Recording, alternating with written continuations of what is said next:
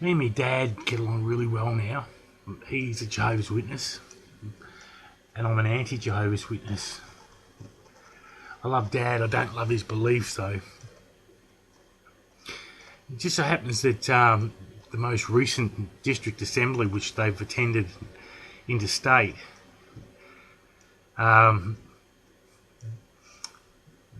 a talk in this assembly specifically about disfellowship family members. Now, my dad's always been under the impression that because I was never baptised nor disfellowshipped, that regardless of my views of his beliefs and his religion, it's still quite acceptable, technically, to associate with me and to even discuss matters relating to the Watchtower Bible and Tract Society. Until now, he's attended this meeting, he's attended this assembly which has a talk in it that goes into detail about how we should treat disfellowship family members with basically to ignore them and to have nothing to do with them.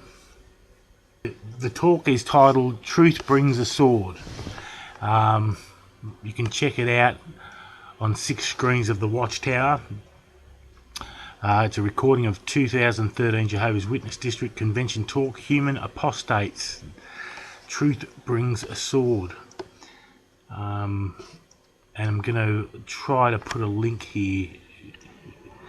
It's pretty technical shit for me, but I'm going to try to do that for you guys because it's really, really quite interesting how they're going about this shit. But it's basically saying they're going to endure hardships, which means, well, they're relating it to family members that are disfellowshipped and family members who simply oppose their religion. They don't have to be disfellowshipped, nor do they have to be anyone that was ever involved in the religion.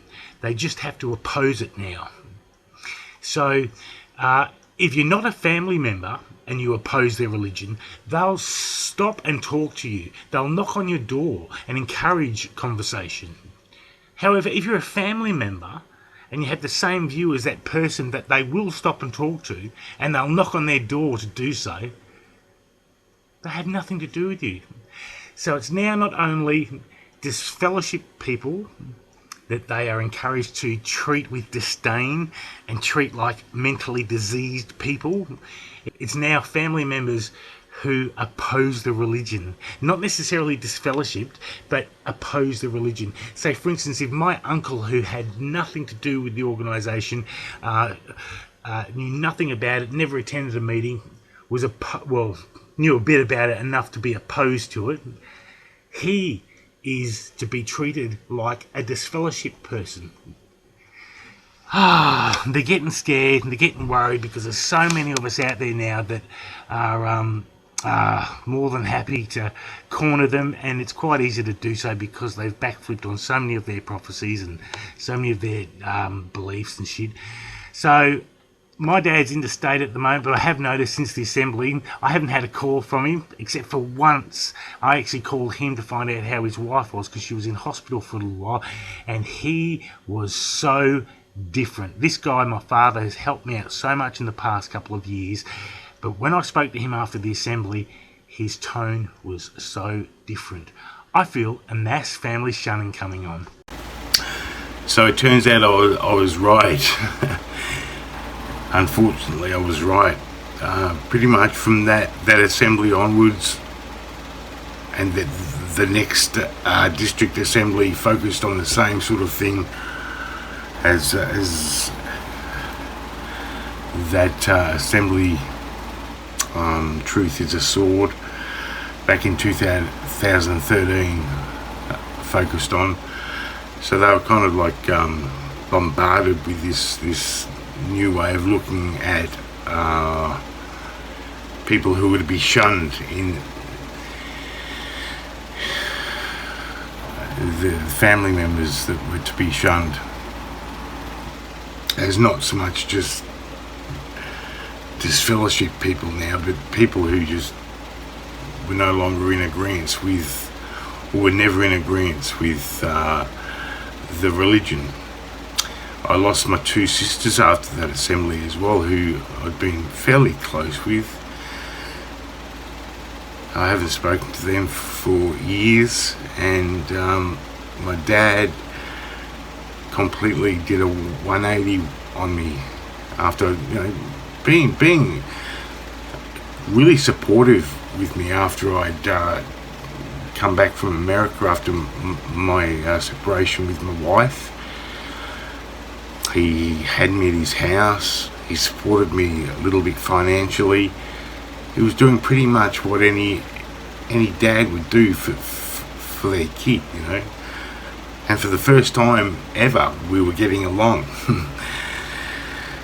And then this assembly came along in 2013, and from that point, he started shunning me. And at first it's a bit of soft shunning, and you feel it in the tone of their voice when you're talking with them. But then it became hard shunning, because of course they doubled down on this whole nonsense of treating family members like they don't exist just because they don't necessarily agree with them in terms of their faith. And Dad's turning 80 years of age next month. In April. And I really would love to be able to see him and express my love for him, regardless of how much I'm disappointed with him. He's my dad, But I don't have the opportunity to do that because of this stupid religion.